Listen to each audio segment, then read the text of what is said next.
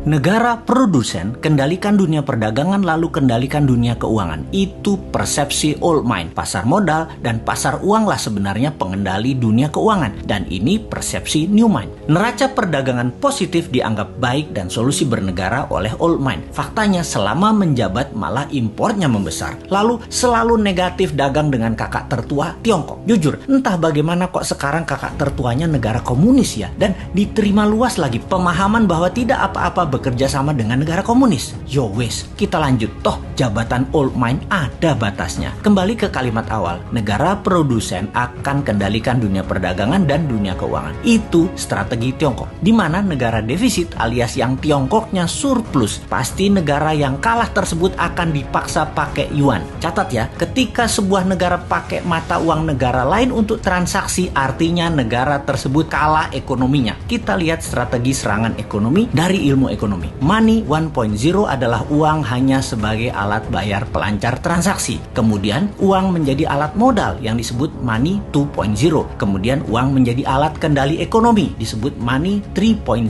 Salah satunya debt trap. Yang Tiongkok lakukan pintar. Dari money 1.0 langsung ke 3.0. Karena ya memang Tiongkok nggak punya Wall Street, tempatnya money 2.0. Kita lompat sebentar sebelum balik ke money 3.0 agar sambungannya paham. Sejarah Partai Komunis di Tiongkok, di mana orang-orang nasionalis kabur keluar Tiongkok ketika komunis berkuasa dengan tangan besi. Satu ke Taiwan, jadi negara yang dipayungi Amerika. Yang kedua ke Hong Kong, jadi city country di bawah Inggris. Keduanya, Taiwan dan Hong Kong ekonominya maju pesat sejak tahun 60-an hingga saat ini. Sejak tahun 1989, reformasi ekonomi di Tiongkok melawan hegemoni IMF mulai dijalankan secara gerilya, main dengan globalis dan main dengan double standard, yaitu renminbi yuan. Catat sekali lagi, nantinya kita new mind akan pakai strategi yang sama ini, kecuali kalian masih suka dengan old mind yang sekarang berkuasa. Apa yang Tiongkok lakukan setelah memutuskan melawan IMF, namun di permukaan pura-pura taat pada Amerika? Ini terjadi di zaman Deng Xiaoping awal mulanya. Mereka jadi negara produsen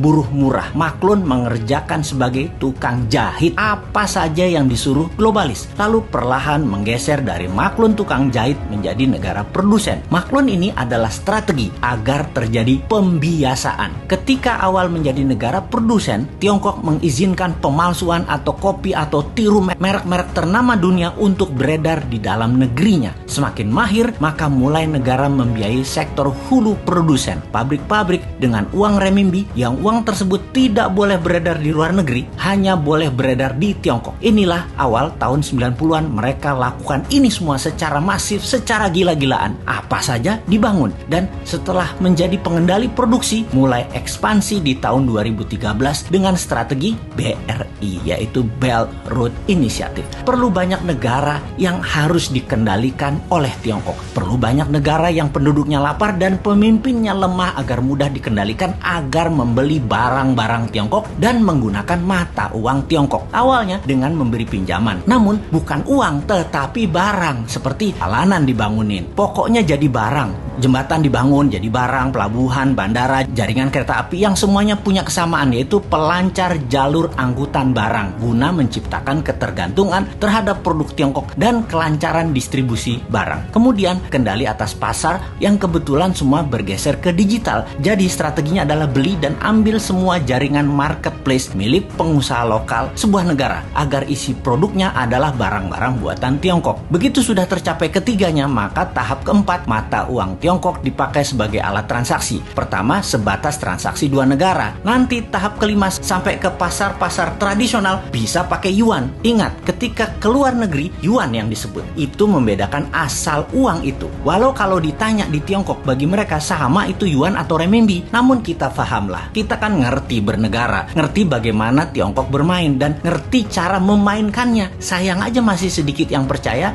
dan masih banyak yang tidak peduli. Wajar kalau masyarakat tidak tahu, namun pejabat yang tidak peduli dan tidak tahu juga banyak banget. Apalagi yang mau menari jadi presiden di 2024. Rasanya nggak ada yang paham beginian. Yang penting gue populer dan rakyat pilih gue.